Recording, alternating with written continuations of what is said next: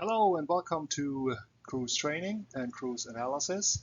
My name is Torsten Kruse. I would like to show you a presentation about methods, technologies in regards to injection molding so you can enhance your understanding of the cause and effect behaviors in injection molding. Injection molding is a very complex manufacturing process. We are involving the part design, the mold design, the polymer material, the injection molding process, the machine, the environment around the machine, and of course, the skills of the part designer, mold designer, and the process team. Let's go through the agenda for this presentation. We will be showing you goals for a DFM, for a design for manufacturability strategy. We will be discussing molded part requirements, criteria and factors that are influencing the molded part requirements. Based on those criteria and factors, we can develop a sensitivity chart for the design. Based on the design criteria and sensitivity chart, we can develop a very sound DOE strategy. And with that DOE strategy, we can go into an analysis that will then enhance the ability to understand a design, optimize a design, and optimize the process, because it is all about how to understand cause and effect behavior in injection molding. As we discussed in the beginning, injection molding is a very complex manufacturing process.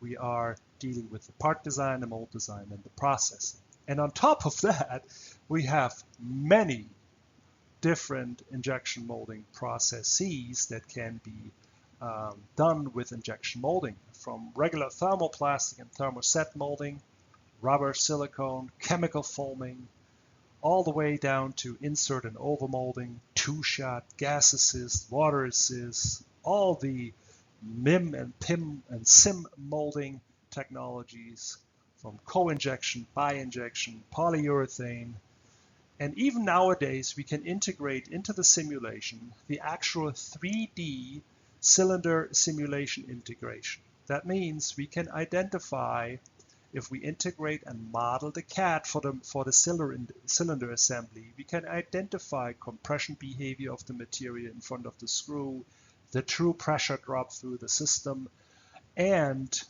we also integrate molding machine characteristics. That means from the actual molding machine manufacturer, we have characteristics that will determine the sensitivity of the system when it comes to acceleration and deacceleration of the movements on a molding machine. So design for manufacturability basically means form, fit, and function. We have to design a part that keeps its form, it will fit into an assembly, and then hopefully it will function as well. To establish a sound strategy, as we mentioned before, we have to have some molded part criteria. We have to establish them. We have to have factors that are influencing the design and factors that actually influence the process. And out of those three, we can develop a sensitivity chart. Let's look at a few molded part requirements. The part designer and his team needs to identify for the end product, the molded part, some critical dimensions and tolerances. We need to evaluate acceptable shrinkage and warpage behaviors for molded parts. The appearance and aesthetics is, with a lot of parts, very important, especially if we are designing a part with Class A or even optical surfaces. Some parts do have structural strength requirements. Is the molded part of an assembly that has to withstand outside forces? They need to be known, they need to be analyzed. And of course, every molded part is usually part of an assembly.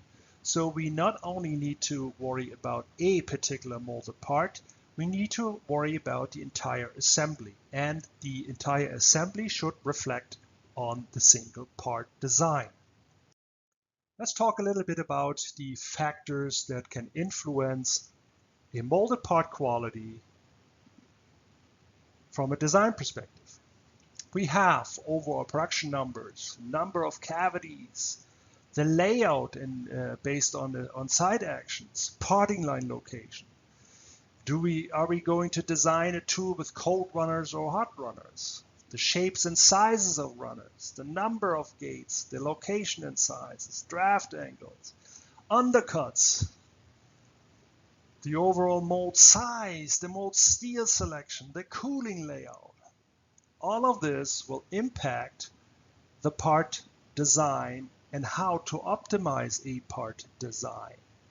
Even simple things like an ejection system and the pin layout can influence how a part is ejected and potentially be deformed. We need to look at venting location to make sure that all the entrapment of air and material outgassings can be relieved from the cavity. Of course, designing a part, who would think about a molding machine capability? But it plays a role in the design strategy for a part and a mold. And of course, the polymer material and the process engineer and a lot more all will have impact and are a factor in the design strategy. But wait, there's more. Factors in the process. Now that we have evaluated all of the factors in design, we have to make sure we understand the factors that are influencing the part quality from the injection molding process itself. And here we have just a listing of all of the potential molding process setup parameters that are available to us at the machine when we're trying to mold a part, from melt and mold temperatures, fill times and ramp and pack pressures and cooling time, and yes, screw RPM. Screw RPM, for example, will impact, and back pressure will impact the melt temperature and the compressibility of material in front of the screw. So decompression sometimes plays a role. Too much is not good. Too little will cause drooling effects. We have other process behaviors and process parameters like the clamp tonnage distribution. Often we need to worry about the clamp tonnage distribution to make sure we do not cause any harm to the mold design and to the ejection system. But even things like the machine cooling circuits, the looping of water lines through the tool. If we have a mold vacuum system, it will perhaps play a role in the functionality of the mold. And of course, every peripheral device is key to have a sustainable process and a repeatable process, and a robot is just one of them. Now let's look at a sensitivity chart. We've developed this kind of technology to really give the part designer, mold designer, and the process team a matrix of trying to understand which design factors can influence the part quality. On the vertical axis, we see of all our molded part requirements, and on the horizontal axis on top, we see the design criteria. So each member of the part design, mold design, and process team can get a blank Excel sheet from you, and really everybody can fill in the blanks and say, well, we believe that the overall, for example, the overall mold size right here is not really so much of a factor for the appearance and aesthetics. Or we can tell that, well, the ejection system really does not have too much of an impact on the final part dimensions. But then there are other factors, which we call the yellow factors, that might have an impact on the molded part criteria. And then we have the significant impact, the red dots, that really impact the molding part requirements and therefore deserve attention. For example, well, using a runner layout in shape and sizes, really have an impact on the final part dimension. If the runner has a very narrow dimensions, it definitely will impact the packing, therefore the shrinkage, therefore the warpage, therefore the dimensions. So a sensitivity chart like this can be very helpful for each, and that's the key, for each member of the team, the part designer, the mold designer, and the processor. Let them fill out one of those sensitivity charts for design, and then later combine them and discuss them. Well, we have also a sensitivity chart for the process. And as we've seen, process is really important in ensuring a molded part quality. So there are only a few that really have little impact on the part quality, some process factors. There are a lot of process factors that have a medium impact on our part quality. Let's just take a sample.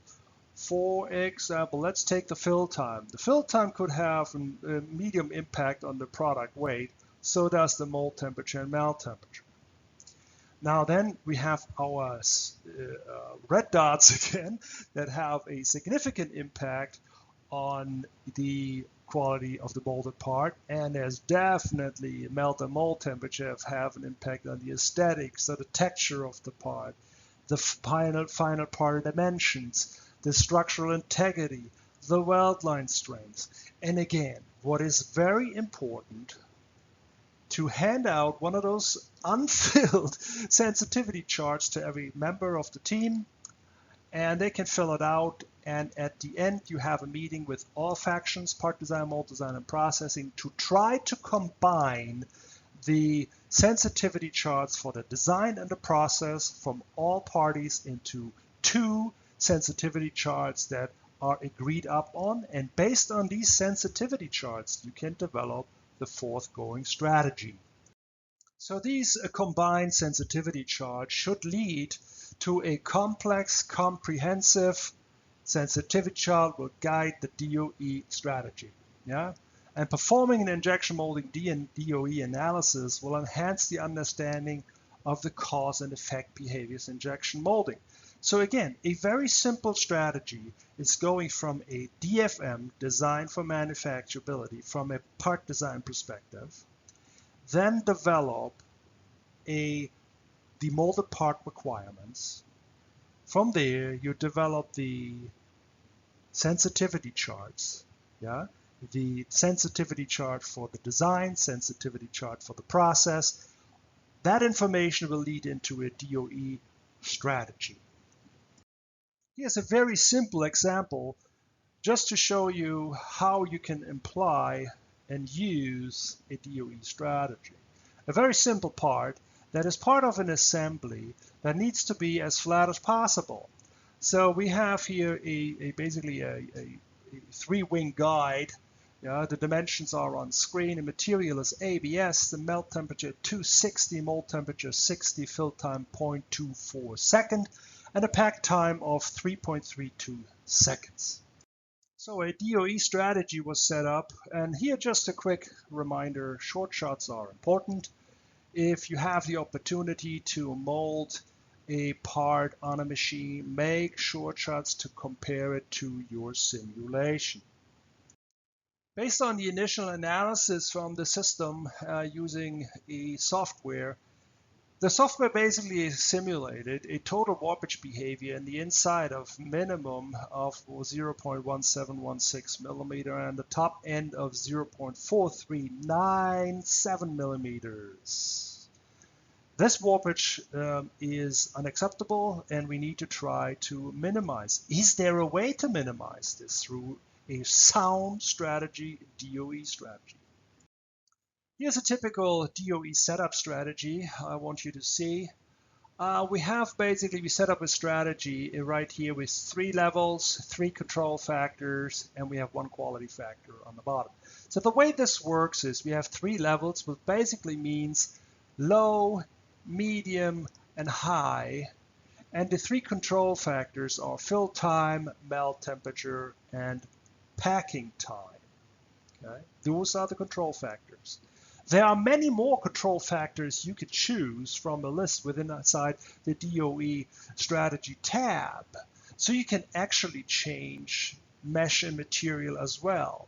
So you can create two different part designs with two different gating strategy, with two different materials.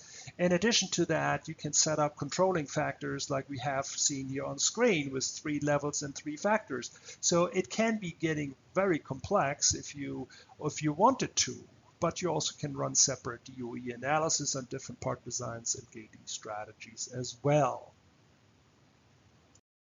The next item we have to worry about, of course, is the quality factors. What are the quality criteria for this particular molded part? And in our particular case, it is the overall warpage of the part. But you can choose a lot of quality factors from an array of outputs from the simulation or outputs on an actual molded part. It all depends on what you are trying to optimize, and that should go back to your sensitivity chart and molding part requirements. Here's a typical array of 9 runs that have been set up, and again what we can tell is we have 3 levels: fill time, melt temperature, packing time, and we have minimum and maximums in here. But then we will develop a strategy, or the Taguchi strategy is set up, which analyses we need to run to identify the optimum process. DOE is to optimize the process. Prior to that, you really have to go through the molded part requirements and the sensitivity chart for the design to determine if the design you have created is already optimized, because this is only for a process optimization at this stage. Let's take a look at the quality responses from this DOE setup. And what we can learn from that is we have, again, our 3 controlling factors, which is the fill time, we have the melt temperature, and we have the packing time. And we see our 3 setups: minimum, medium, maximum, minimum, medium, maximum, minimum, medium, maximum. And what this chart will basically tell us what the highest quality response is, and that's definitely the material temperature. It has the greatest impact. The greatest range of the quality is impacted by the melt temperature. Here we can see the SNN response, the signal and noise response. It basically tells us which one of the 3 controlling factors has the greatest impact on the overall warpage of the part. And we again can tell that with the fill time, my level 2, meaning the medium fill time, has the greatest impact. With the melt temperature, level 1 has the greatest impact. And with the packing time, level 3 has the greatest impact. So basically, the medium fill time, the lowest melt temperature, and the highest pack time have the greatest signal and noise response.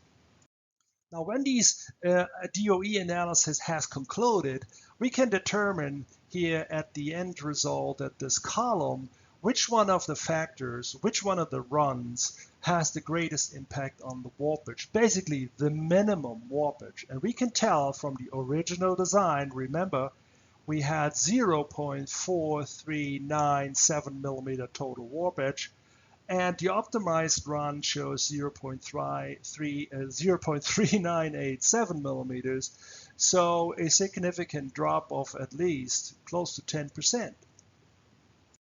And here's the picture that shows how we reduced the overall warpage in the part. The original design again showed 0.1716 on the low end, 0.4397 on the high end, and the optimized run reduced the minimum by 8.5% and the maximum by about 9.3%. So to recap a little bit, a solid DFM procedure will lead to a robust sensitivity chart and DOE strategy. Performing the injection molding DOE analysis will enhance the understanding of the cause-effect behaviors in injection molding. This is really critical to understand the influencing factors on your design. And based on what we've just learned, creating a sound strategy, developing a DFM procedure, a sound molded part requirement strategy, filling out a sensitivity chart for design and process, developing a strategy for DOE needs really skills for the manufacturing team. And that means part designer, mold designers, and processors. And therefore, we have developed over time a learning tool, Kruse training, which will lead you into learning the injection molding industry. And the next step in our training is VR.